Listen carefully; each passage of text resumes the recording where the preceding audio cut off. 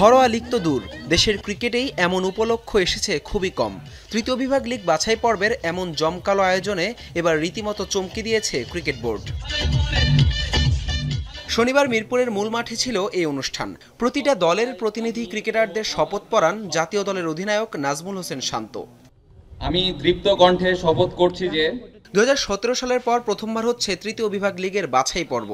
লম্বা সময় পর এমন আয়োজনে উচ্ছ্বসিত বিসিবি প্রেসিডেন্ট। সেই সাথে এমন উদ্যোগ ক্রিকেটের উন্নতিতে অপরিহার্য ভূমিকা রাখবে বিশ্বাস সাবেক অধিনায়ক হাবিবুল বাশারের।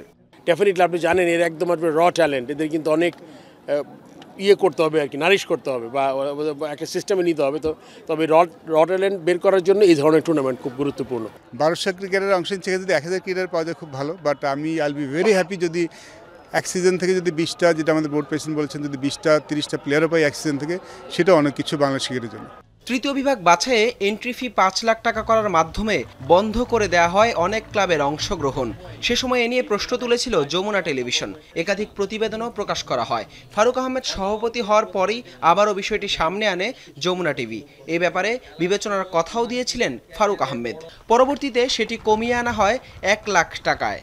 এইটা আসলে তোমাদের থেকেই প্রশ্ন আসছিল এবং প্রেসিডেন্ট সাহেব যখন প্রথম এই প্রশ্নের সম্মুখীন হয়, উনি কিন্তু আসলে বলেছিল যে না, এত টাকা 5 লাখ টাকা আসলে অনেক বেশি হয়ে যায়, এটাকে উনি কমানোর চেষ্টা করবে। শেষ পর্যন্ত সেটা 1 লক্ষ টাকা নির্ধারণ করা হয়েছে।